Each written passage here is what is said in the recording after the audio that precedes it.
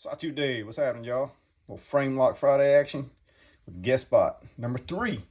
So once again, my buddy Steve scotching things, decided to send me over a badass bruiser, and I got to put it on video. For y'all that don't know, this is a heater. This is the MOW. I don't know what that stands for. I don't know. Maybe y'all tell me. Masters of War? I don't know. Something like that. Very similar to the last heater. There's a lot of cool elements in this one. There's a lot of like, you get a Jeep, what do they call them? Easter eggs. A lot of Easter eggs you got to kind of look and find when you get a knife like this. So it's definitely a cool mixture of precision and artistic blend, I guess, if you will. Like, it's just a bruiser, but it's got really subtle things. It's just a really cool knife. I dig it a lot. It's the size I like. I'll do size comparisons here in a second for normal people. So very similar to the last one. Very precision on the inside of that back spacer. Very hand done as far as the chamfering and that sort of things go. They're not symmetrical. They are slightly different. They're done by hand, you can tell. All the finger grooves, the ball grooves are nice. You see the nibble pattern in those grooves. How nice that looks where they're coming in and turning around. Nice little pattern it makes. The one exception is going to be on that relief, and you can see that that's regular, maybe a ball mill or a flat mill. I can't quite see the radius in the bottom of it. It looks like a flat mill in there, and there's a little bit of tool chattering in here versus the tool path in here, but oh no, super nice. Fairly thick clip, just like the last one. You can see how it's not quite hitting the frame right there, and you would think that would be like a chatter, but it's thick enough you can make it do it, but it's not, you're not shaking it and making it do it. And at first I didn't really get the design of the clip, but in function, man, it works really well.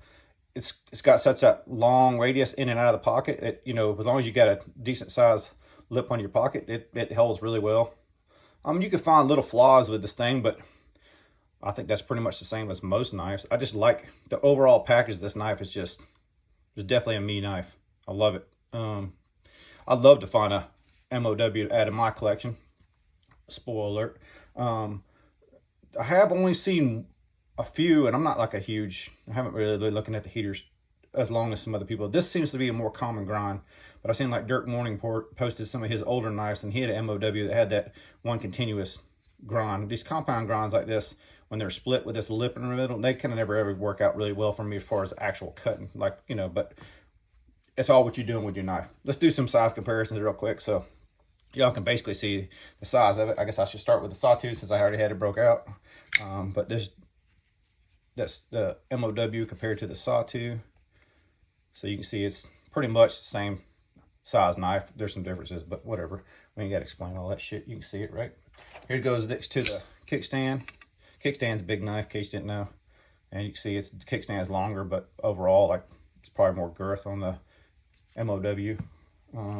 Next to a TFF1H, close enough to the Fat Daddy. It's just the thickness, but overall profile is the same. So you can see same kind of realm as the Fat Daddy. You can see this is right in my wheelhouse, right? Pete Skykes, Rogue Shark 2.5, and then let's do the Fears for Prey Crusader. So you can see it right there in my wheelhouse size wise. That's just is almost perfect. And just for a joke for you normals, here's a little stovepipe. All right, close enough. All right, so there's good size comparisons. You get a bait. What I'm saying is pretty much just right there in my wheelhouse. Like it's the kind of knife that I look for to add to my collection. The POW, which is the one I previously did on the guest spot, it's kind of a little more with a chody, smaller guy, and I like those knives, but it's like a certain day I would like those knives. Like the bruisers I showed you, I carry those on pretty much any day. Like not necessarily every day, but well, yeah, pretty much every day I carry one of those size knives. And then when I go to a chody kind of knife, I generally carry a bigger secondary knife, but you know, not that y'all really give a shit.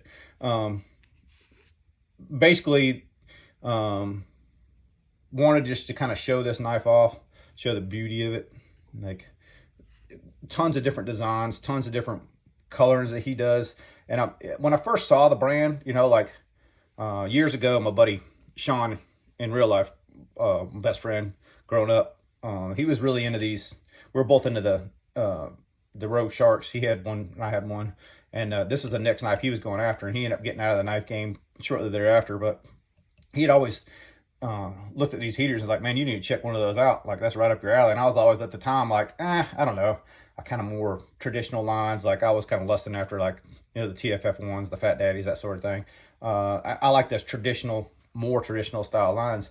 But once you get hands on a knife like this, it looks like it'd be totally uncomfortable, totally unusable, but it really is completely functional.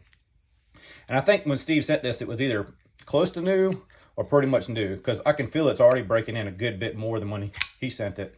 There are roller bearings in here, and I'm not really sure about the ins and outs of it. I'm not going to take it apart. I just know that since I've had it, it's definitely loosened up and feels really good now. I'm really happy with it.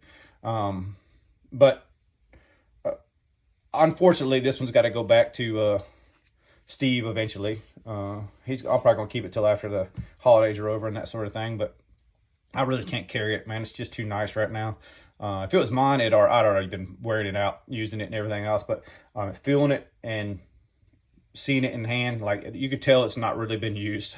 I'm not going to be the first one to abuse it. But guess spot number 3, just wanted to do a quick one for Frame Lock Friday. Hope y'all have a good one. Catch you up later.